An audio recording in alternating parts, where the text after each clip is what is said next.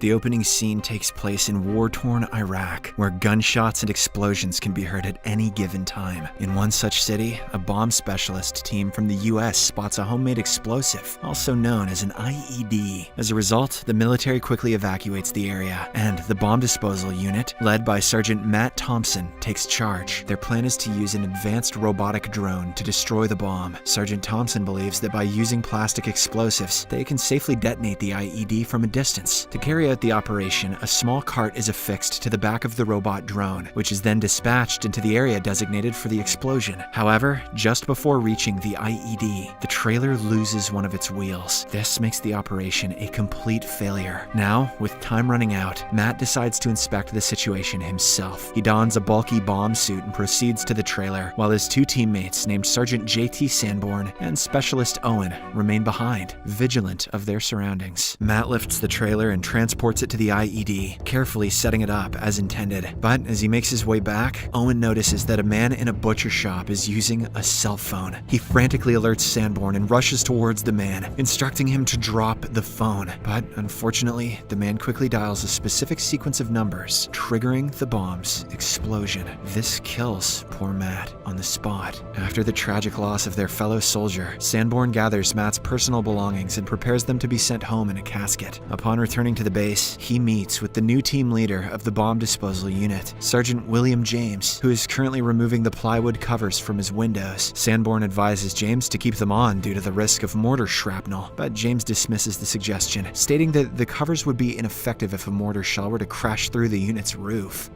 Why bother wearing a bike helmet if you could get hit by an asteroid? The following day, the unit receives a report of another IED located on a narrow street in the city. Upon arrival, they meet up with another army platoon that had discovered the bomb. The leader of the platoon informs them that the bombs are located 20 meters down the street. In response, James puts on a bomb suit and proceeds alone. The entire incident is being observed by local residents from their rooftops and windows. As James approaches the bomb's area, he throws a smoke grenade, claiming it is for diversionary purposes. This action causes agitation among his team members as they are unable to see him clearly. Upon reaching an intersection, a car stops in front of James, prompting him to point his gun at the driver. Other soldiers in the vicinity surround the car and instruct the driver to exit the vehicle, but despite their commands, the defiant individual refuses to comply. In response, James fires a shot at the car's front window, places his gun against the man's forehead, and demands that he move the vehicle backward. Eventually, the driver agrees and gets back, where the other soldiers apprehend him and take him away. Shortly after, James comes across an artillery shell hidden beneath a small pile of garbage, which he easily disarms. He believes that the task is complete, but soon discovers a secondary wire. Pulling out its connection, he realizes it is linked to 6 more bombs. He then proceeds to disarm all the bombs without any fear. During this, an unknown guy secretly watches James from a nearby building, and upon witnessing his defusing efforts, the person hurriedly descends the stairs. With the successful completion of their mission, James rejoins his teammates, and Sanborn advises him to improve his communication during operations and not treat his duties as a solo endeavor. However, James dismisses the advice without much consideration. The next day, James is walking outside the military base when a young boy named Beckham approaches him, offering to sell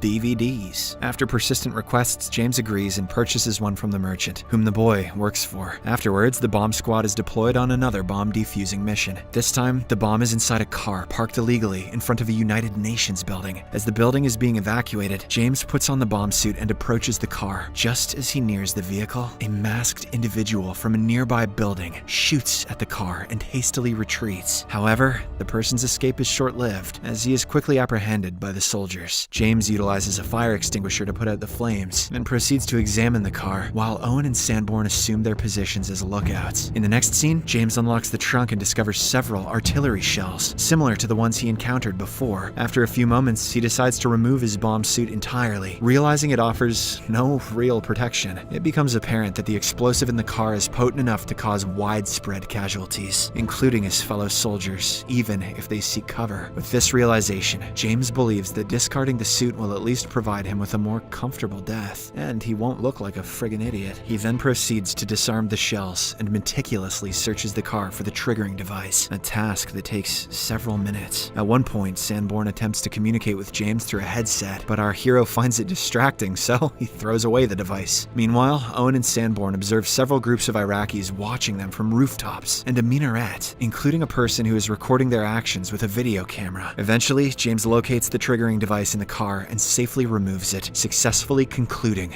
the mission. He then returns to his vehicle and lights a cigarette to unwind, but soon receives a punch from Sanborn for not acknowledging him during the operation. Next time you do it, Sanborn, you bitch. Later that day, Colonel Reed approaches James, clearly impressed by his composure and ability to handle such a high-stress situation. The colonel inquires about the number of bombs he has disarmed till this date, and James confidently provides an exact count of 873. Legendary. The next day, the team ventures into the desert in order to carry out controlled detonations of the collected explosives from previous missions. Shortly after, James realizes he left his gloves near the blast zone, so he quickly drives back to retrieve them. During his absence, Sanborn contemplates triggering a bomb to kill James intentionally and disguise it as an accident. However, Owen manages to persuade him against such an unethical act. After completion of their task, the team is heading back to the city when they come across two parked SUVs with a group of armed individuals. Sanborn gets off the vehicle and commands them to lower their weapons. The men comply, and one of them reveals himself as a British commando, asserting that they are on the same side. He then seeks help with a flat tire, and the bomb squad agrees to lend a hand. While repairing the tire, a wrenchman is unexpectedly shot in the back. The team is caught off guard as gunfire erupts around them, prompting everyone to seek cover. Soon after, another British commando is killed while manning the Hummer's machine gun. The British team leader positions himself as a sniper on a small rocky hill and begins to retaliate, targeting a stone-made hut from where the enemy sniper and their group are firing. However, while adjusting the rifle's bipod, the leader is fatally struck in the chest by the enemy sniper. After this, Sanborn takes over the sniper position, while James uses a powerful scope to assist him in locating the enemy. After firing several shots, Sanborn runs out of ammunition, so James instructs Owen to search the pockets of the deceased commando. Although Owen finds a full magazine, the bullets seem to have become jammed due to the man's blood. As a result, James steps in and whips out that sweet bow and arrow.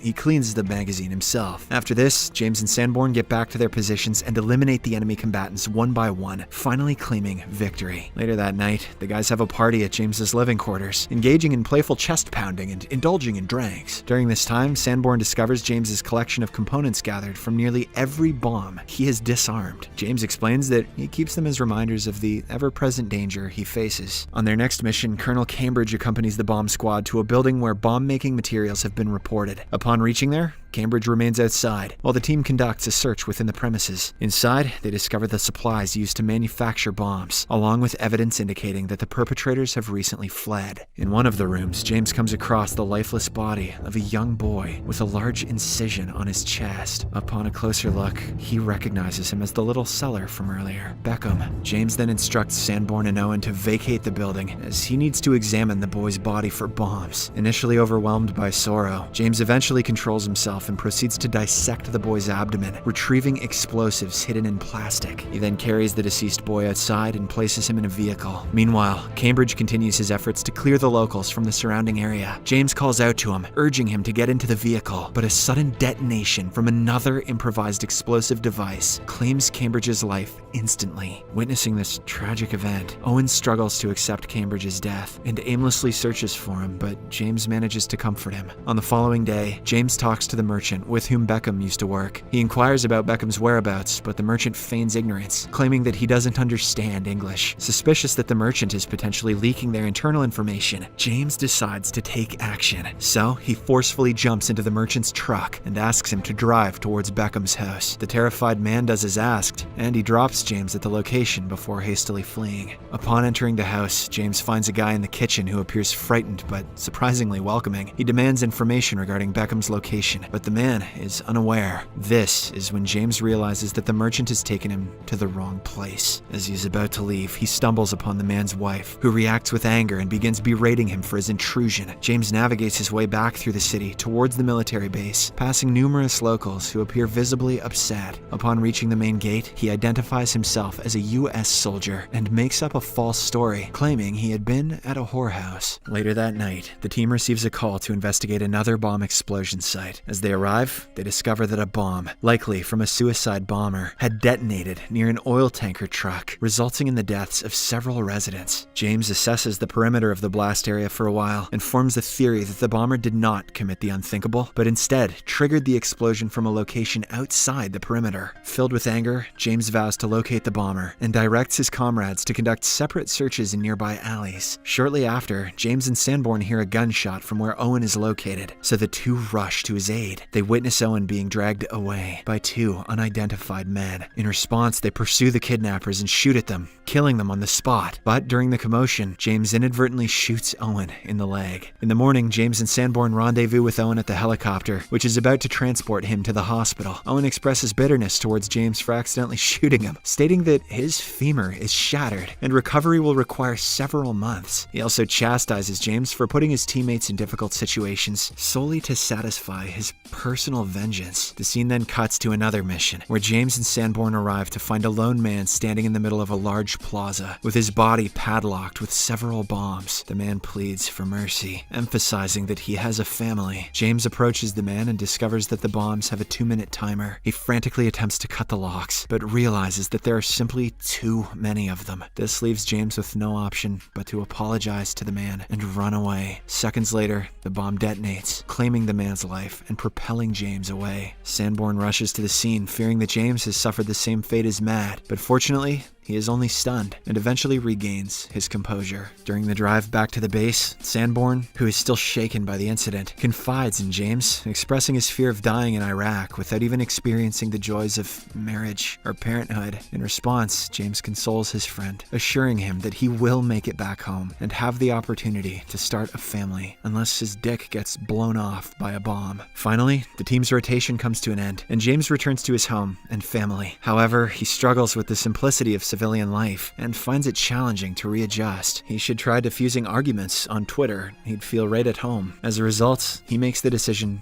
to return to Iraq. No one told him about Twitter. In the final scene, James is depicted as part of a different bomb disposal unit, and he goes on a new mission, continuing his passion for defusing bombs and saving lives.